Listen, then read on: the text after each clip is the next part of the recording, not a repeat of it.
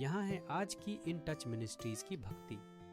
आज के शास्त्र पठन का स्रोत है याकूब अध्याय 1 श्लोक 22 से 25। वचन की शिक्षा पर चलने वाले बनो, न कि सिर्फ सुनने वाले, जो स्वयं को धोखे में रखते हैं। क्योंकि यदि कोई वचन की शिक्षा का सिर्फ सुनने वाले हैं किंतु पालन नहीं करता, वह उस व्यक्ति के समान है जो अपना मुख दर्पण में देखता है।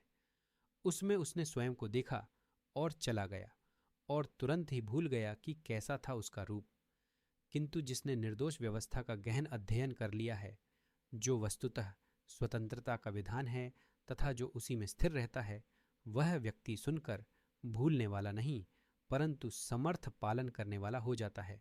ऐसा व्यक्ति अपने हर एक काम में आशीषित होगा।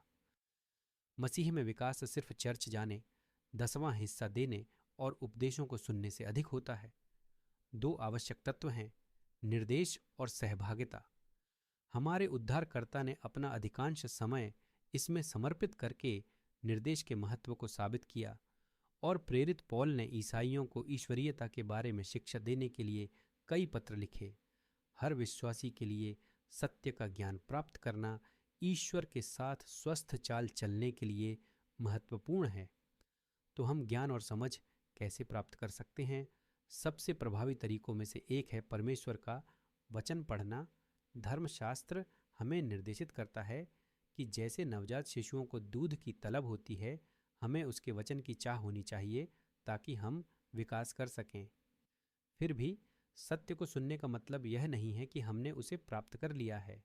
हमें वचन को अपने जीवन में लागू करना होगा। फिर भी वास्तविक विकास के लिए सिर्फ जानकारी देने से अधिक की आवश्यकता होती है। इसके लिए कार्य की आवश्यकता होती है। याकूब 2:26 में कहा गया है, क्योंकि जैसे आत्मा के बिना शरीर मर जाता है, वैसे ही कर्मों के बिना विश्वास मर जाता है। क्या हम ध्यान से सुन रहे हैं और सत्य में बस रहे हैं? यदि हम वास्तव में परिपक्व हो रहे हैं तो हमारा जीवन मसीह के समान बढ़ता जाएगा और हमारी इच्छाएं ईश्वर के हृदय के साथ अधिक समानता दिखाएंगी।